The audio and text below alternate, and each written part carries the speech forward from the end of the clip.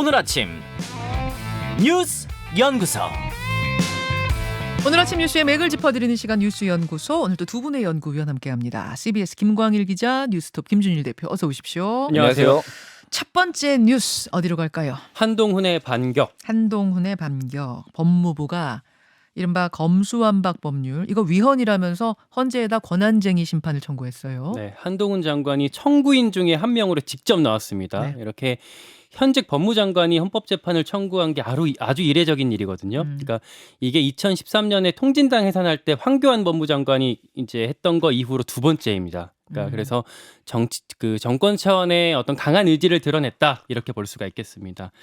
이 권한쟁의 심판이라는 게 뭐 좀 생소하실 텐데, 이 국가기관이 이런 일을 할 권한이 있다는 게 헌법상 맞냐라는 걸 헌법재판소가 판단하는 겁니다. 그러니까 요번 그 논란으로 따지면 국회가 검찰 수사권 이렇게 제한해도 되는 거냐 하는 부분이 이제 그 쟁점이 되겠죠. 그렇죠. 내용은 크게 두 가지인데, 하나가 입법 절차상 하자가 없는지, 그러니까 위장 탈당해갖고 안건 조정이 무력화한 거랑 쪼개기 국회에서 필리버스터 무력화한 거, 이런 것들이 하자가 있냐, 이런 걸 보게 되고. 민영배 의원 그 위장 탈당. 네. 예. 그리고 하나는 애초에 그 법안 내용이 위헌은 아닌지, 그러니까 검찰 수사권이 헌법상 보장된 권한이다라고 검사들이 주장을 했는데 그게 네. 맞는지에 대한 대목을 헌재가 살필 걸로 보입니다. 절차상, 내용상 양쪽으로 다. 네.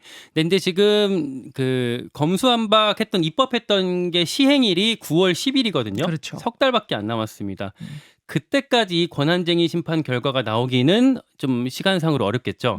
그래서 법무부는 일단 그 효력정지 가처분 신청을 같이 냈습니다. 예. 만약에 이 가처분이 인용이 된다면 법의 효력은 바로 정지되게 될 것 같습니다. 효력정지 가처분 신청과 권한쟁의 심판까지 같이 냈어요. 김준일 대표. 예. 지금 쟁점이 이 내용상 절차상이라고 크게 우리 김관일 기자가 설명을 해줬는데 조금 더 구체적으로 볼까요? 예. 일단 2013년에 통진당 해산회 때 그 황교안 장관이 했잖아요. 그때 네. 당시에 김서구 검사가 했거든요. 그걸 담당했거든요. 그때도. 이번에도 마찬가지입니다. 그러니까 지금 검찰 내에 헌법 전문가예요. 그러니까 다시 재등판한 거고, 국회를 상대로 중앙부처가 권한쟁의 심판 제기한 건 이번이 처음이라고 그래요. 그렇죠. 그러니까 이례적인 거는 맞습니다. 그래서 아까 전에 두 가지 이제 절차와 내용을 이제 김광희 기자가 설명을 했는데, 조금 더 구체적으로 하면은 이런 네. 겁니다. 위장 탈당을 통해서 국회 법제사법위원회의 안건 조정 절차가 무력화됐다. 이게 이제 다수결 원칙을 사실상으로 무시됐다라는 부분이 하나가 있고요. 또 하나는 회기 쪼개기, 뭐 살라미 전술이라고 하죠. 네. 이걸로 통해서 무제한 토론, 필리버스터 절차가 봉쇄됐다. 이것도 이제 절차상으로 문제가 있다라는 거예요. 그리고 또 하나는 이제 법무부의, 그러니까 법률 개정 내용을 좀 보면은 국민 기본권에 심대한 침해가 있다라는 거예요. 직접 수사 범위가 축소가 되면 수사 기능에 공백이 생기는데 이게 국민이 피해가 간다. 국민 기본권 침해. 예, 그리고 국민이 신속한 재판을 받을 권리도 침해됐다라는 거예요. 그러니까 이게 왜냐하면은 이게 경찰한테 수사를 받아야 되는데 이게 그 시간이 많이 걸린다는 거죠, 한마디로 얘기하면. 그리고 또 고발인의 이의 신청권 배제 같은 경우에는 검찰의 공소 기능을 박탈하는 것으로 헌법상 평등의 원칙에도 위배된다. 이게 이제 법무부와 검찰의 주장입니다. 자, 이 법무부의 이 주장에 대해서 법 쪽에는 어떻게 바라보고 있어요? 결론이 어떻게 날 거라고? 반반입니다. 반반이에요? 예, 이거는 위헌 사항이다. 위헌 소지가 있다라고 보는 쪽도 있고요. 예. 아니라고 보는 쪽도 있어요. 어제 이제 언론 제가 인터뷰 기사를 쭉 봤는데, 예를 들면은 장영수 고려대 로스쿨 교수 같은 경우에는 이게, 그러니까 이름은 검수완박이었는데 시작은 사실은 수사권 폐지가 아니라 축소거든요. 그러니까 이거 자체가 권한쟁의 심판 청구 대상이 될 수 있는지 의문이다. 개인적으로는 이건 어렵다고 본다. 이렇게 언론에 이제 이 의견을 밝혔고요. 그리고 한동훈 법무부 장관이 직접 나선 것도 이상하다. 왜냐하면 법무부가 수사권 제한으로 피해를 보는 게 아니다. 이거는 검찰이 보는 건데 왜 한동훈 장관이 나서느냐, 이런 거를 지적한 법조인들도 있습니다. 그래서 이거는 지금 알 수가 없어요. 가봐야 안다라는 거고요. 헌재는 다음 달 12일에 첫 공개 변론을 열기로 했어요.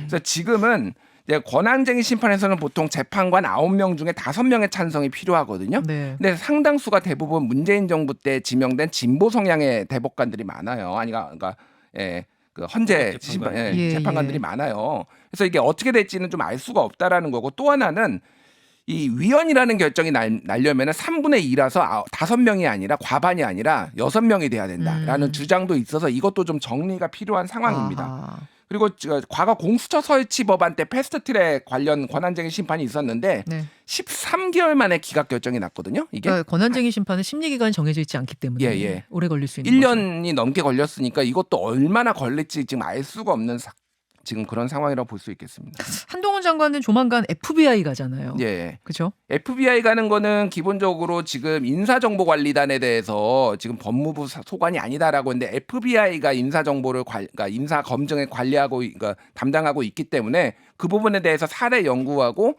이렇게 뭐 정책적으로 공조하겠다라고 해서 인사정보관리단의 어떤 위법 소지를 조금 불식시키려고 하는 그런 거고요. 뭐 그래요. 여러 가지 이제 뭐 포석이 있겠죠. 아무튼 어제 한동훈 장관이 또 주목받았어요. 김광일 기자. 그리고 우리가 그러니까 장관 지명할 때부터 좀 예견을 했습니다마는 한동훈 장관이랑 이상민 장관이 역시 윤석열 정권의 주포다라고 할 수가 있는 것 같아요. 법무부 장관, 행안부 장관. 네.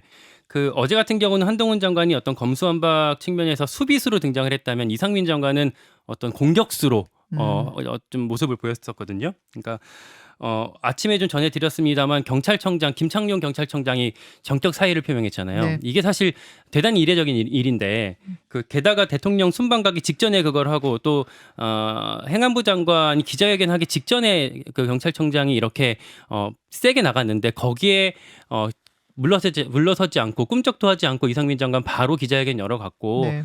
오히려 역대 정부가 행안부를 패싱한 거다. 뭐 이렇게 강공으로 나왔습니다. 그래서 이런 모습들 보면 당분간 이제 경찰이랑 또 어떤 정권 사이의 마찰도 불가피할 것 같습니다. 그 어제 김창룡 경찰청장이 사의를 표명했고 물론 수리는 안 됐어요. 지금 대통령이 이제 나토가 있고 뭐 이런 상황이라 수리는 안 됐습니다만 사의를 표명한 거 임기가 한 달 남았는데 네. 그렇죠? 아주 이례적인 일입니다. 행간 좀 분석해봐야 될 것 같아요. 특히 사표 내기 전에 사의 표명하기 전에 행안부 이상민 장관하고 98분 통화를 했다 그래요. 도대체 무슨 이야기를 나눴고 왜 결심하게 된 건지 권영철 대기자가 깊이 취재해 왔습니다. 2부에서 함께 하시죠. 그 다음으로 갑니다. 칼끝은 다시 이재명으로. 이재명 의원을 겨냥한 수사, 과거 의혹이 재점화되고 있어요. 네, 제일 지금 눈에 띄는 게 일명 성남 FC 의혹입니다. 네. 그러니까 성남 FC 후원금 광고비를 둘러싼 의혹이다라고 할 수 있겠는데 이 FC 축구팀이 이재명 의원이 성남 시장 시절에 구단주를 맡고 있었는데요. 그러니까 두산건설, 네이버 등등 기업들한테 후원금 광고비 명목으로 160억 원을 받고 그 대가로 건축 인허가 같은 특혜를 제공한 게 아니냐라고 나왔었던 의혹이거든요. 그렇죠. 이게 경찰이 작년 9월에 뭐 법적으로 문제가 있는 건 아니다라고 해갖고 이제 불송치 결정을 했었는데 그때 검찰이 보완 수사를 요청해서 다시 수사를 하게 됐습니다. 예. 근데 예. 최근에 공문서 하나가 언론에 나오면서 의혹이 재점화가 됐어요. 그렇죠. 어떤 내용이었죠? 두산건설이 2014년에 성남시에다가 원래 병원 부지를 갖고 있었는데 이걸 업무용으로 용도 변경 좀 해달라라고 요청했던 공문입니다. 예. 여기에다가 사옥이 신축이 되면 성남 FC를 후원하는 방법들을 협의하겠다라고 써놨던 거예요. 두산건설이. 그 땅이 굉장히 오랫동안 두산그룹이 제발 용도 변경해 주세요 하면서 요청해왔던 땅이라면서요. 20년 동안 요구했는데 20년을. 안 바뀌었던 게 이 공문 전달된 이후에 9개월 만에 허가가 났습니다.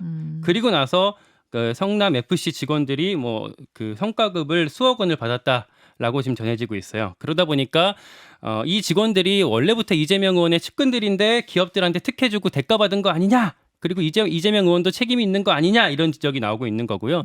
다만 경찰은 이 공문이 과거에 수사했을 때도 다 검토했던 거고 새로운 건 아니다. 문제가 있었던 건 아니라고 우리는 판단을 했다라는 입장이고 네. 이재명 의원 측도 어제 입장문을 내서 이 성남 FC 직원들이 뭐 이재명 의원의 측근이냐 측근도 아니다. 그리고 용도 변경은 당시에 적법한 절차에 따라서 이뤄졌던 거다라고 반박 입장을 냈습니다. 정리하자면 이 부지 용도 변경 좀 해주세요. 그러면은 우리가 사회 기부적인 공공 기여적인 측면에서 후원을 하겠습니다라고 한 건데 뭐가 문제냐? 이제 두산이나 성남시 입장은 그런 거죠. 그렇습니다. 그리고 이 직원들한테 성과급 갔다는 거는 원래 그 리베이트를 뭐죠? 그 이런 뭐 광고 같은 거 협찬을 따오면 직원들한테 따온 직원한테 성과급. 성과급 주는 거 그거 말하는 거예요. 그렇습니다.